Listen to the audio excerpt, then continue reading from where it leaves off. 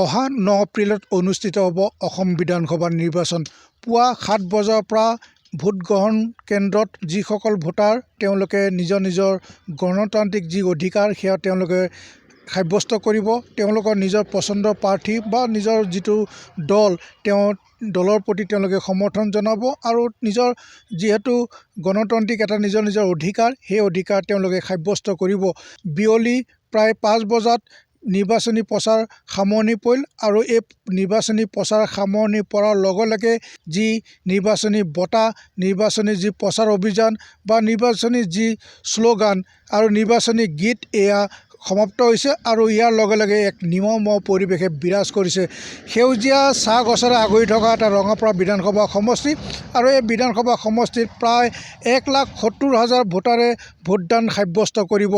অহা 9 এপ্ৰিলত তেওঁলোকে নিজৰ গণতান্ত্ৰিক অধিকাৰ তেওঁলোকে সাব্যস্ত কৰিব।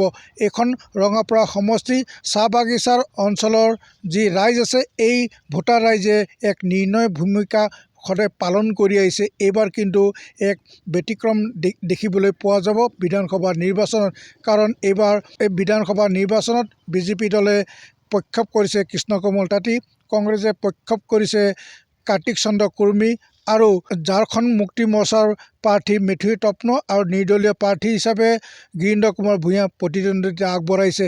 এই প্ৰতিদ্বন্দ্বিতা তেওঁলোকৰ বাবে বৰ আকৰ্ষণীয় আছিল আৰু অহা 9 এপ্ৰিলত ভোটদান সাব্যস্ত কৰিব আৰু যেতিয়া এই নিৰ্বাচনৰ ফলাফল ঘোষণা হ'ব তাৰ পাছতে গম পোৱা যাব যে কোনজন প্ৰাৰ্থী কোনজন দলৰ পৰা নিৰ্বাচিত হৈছে, সেয়া পৰৱৰ্তী সময়ত জানিব পৰা যাব।